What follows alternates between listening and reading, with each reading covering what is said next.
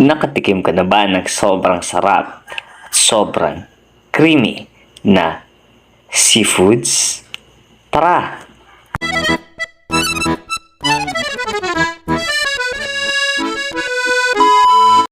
Nagready na ako ng mga sangkap dyan para mabilis lang tayo. Yan, margarine, luya, sibuyas na dahon lang ginawa ko dyan kasi ayaw ko na ng sibuyas. Saka bell pepper. Yan. Saka yan ang special, kajong seasoning sa seafoods. Lalagay ko na sa description box sa baba. Saka yan, garlic, fried garlic na yun. Saka garlic. Yun. Meron tayong aswete para mapula ang ating seafood. Saka lemon juice. Ito yung sekreto, cheese. Naglagay tayo cheese para cheesy yung sauce natin. So yan. Yan ang ginawa natin. Lutuin muna natin yung butter.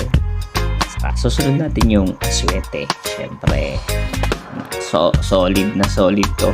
Ganyan lang ginagawa ko palagi. So ayoko na ng powder kasi medyo may mga buo-buo pa yun eh. Ito, mas maganda, dedirekta mo na siya para talagang solid ang color niya. Di ba? Makakuha mo yung katas ng aswete natin para sa color. Yan yung solid, di ba? Masarap yan, este. Galing yan. Yan. So, kung gusto niyo naman lagyan ng oil, pwede rin. Di ba? Kung kulang na ang margarine nyo at kulang ang butter nyo, okay lang din. Pero kung wala naman kayong butter, pwede naman margarine or oil na lang. Pwede rin. Mas nakakapasarap kasi yung margarine or butter. Siyempre. Diba? Sunod natin yung bawang. Yan. So, palagi kong ginagawa. Ayan na pala yung luya. Sunod natin yung bawang. Diba? Sorry na. Yan. So, kailangan natin i-mekos para lumabas yung aroma niya. Kailangan natin palabasin yung aroma para solid yung seafoods natin, mawala yung mga langsa niya. Sinunod ko na nga dyan para yung sibuyas na dahon. Hindi na ako naglagay ng ano kasi marami na yan. So pareho lang naman yan eh. Yung iba niyan ginawa akong pang side dish, pang design na lang para maganda yun. So nabila ko pala yan sa market 150 ay 180 yun. 3 piraso yun, pinagdalawa ko. Malaki naman siya, saka mataba, saka babae siya kasi pag malaki yung sa may tiyan niya, babae yan, mas malaman siya kaysa dun sa lalaki na crab. Maliit lang yung ano niya, yung puti na niya sa likod, diba? So, nilagay ko na yung kajong. Yan, ano bang talagang ano, kajong yan. Seasonings. Yan. Actually, pinanghalo naman lang yun ng mga thyme, oregano, konti lang, saka mga seasoning na iba, paminta, yun. So, pinaghalo-halo lang naman yan. So, pero nakakapasarap kasi yan. Inuna ko dyan yung crab. Actually, dalawa lang tong seafoods. Crab saka tahong. Kasi hindi na ako nakabili ng ano, ng hipon or ng iba pa. Sa susunod na lang, medyo natanghalian ako, nakapamalingki, diba? Sinunod ko na yung lemon juice, depende kung anong gusto nyo, Sprite or whatsoever. So yan, nilagay ko yan kasi medyo matamis-tamis, hindi na ako lalagay ng asukal. Yan, sakto lang yan. So medyo marami-rami na rin to sa mga restaurant, sobrang mahal niyan, diba? So baka maabuti ng 1,000 plus sa ano. Pero pag ikaw luluto, eh talagang makakatipid ka. Yan, kita mo naman. Sinunod ko na dyan yung tahong. Ayan, para magkalabas-labas na lahat. Hinugasan ko muna pala yan kasi ang tahong may mga buhok-buhok yan. Saka medyo may mga nakadikit yan eh. Nalis ko yan. Saka yung crab, nilinisan ko na maigi yan, syempre. So, inuna ko yung crab kasi medyo matagal maluto yan. Saka yung tahong, madaling maluto. So, kaya talagang pinakulo ko muna yung crab para lutong-luto siya. Sinunod ko na rin dyan yung corn, yung mais natin. Medyo niluto ko na yan ng konti lang. So, kaya okay na yan. Goods na din yan. So, pero sinama ko na rin sa kasabay ng tahong para medyo lumabas din yung lasa niya.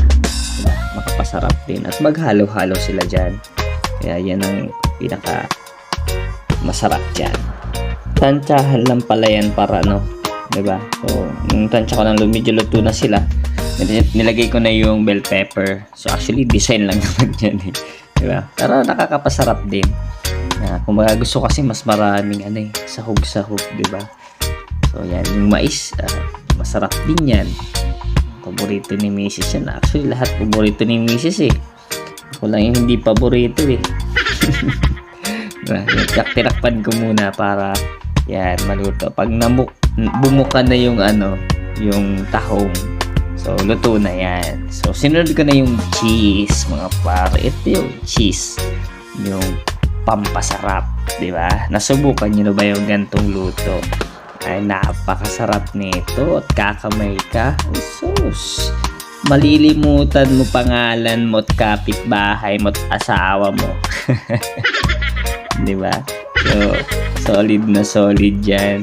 Tapos medyo may katas-katas pa, may sabaw-sabaw pa, di ba? Medyo maanghang-anghang yan kasi yung ginawa kong sariling kadyong, nilagyan ko ng chili powder. Yan, may powder. Kaya may, yung medyo may tamis na naghahalo, anghang, lahat naghahalo-halo. Kumbaga, lahat magmimix sa bibig mo eh, di ba? So, kita mo naman, nag-grip ako ng lemon dyan kasi ang mga seafood sauce, maganda may lemon din, may konting twist pa. Diba? So, sabi ko nga, maghahalo-halo yan sa bibig mo. Diba? Yun kita mo naman. Diba? Solid na solid yan. Napakadaling gawin, mga par. Simpleng-simple lang gawin. Ang mga seafoods, marami naman dyan sa market. Diba? So, kaya, subukan mo to. At hindi ako mapapahiya sa inyo, di ba? So yun, itingnan mo, katas pa lang yan, solid na, di ba?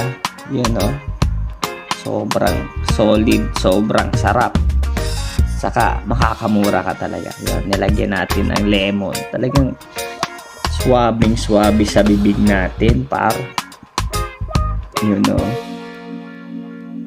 Yan, nakakamay lang tayong kasama ko yung mga bulilit, di ba? Yun. Kain ako ng kain, hindi naman ako tumataba. Yan si Mrs. Di ba?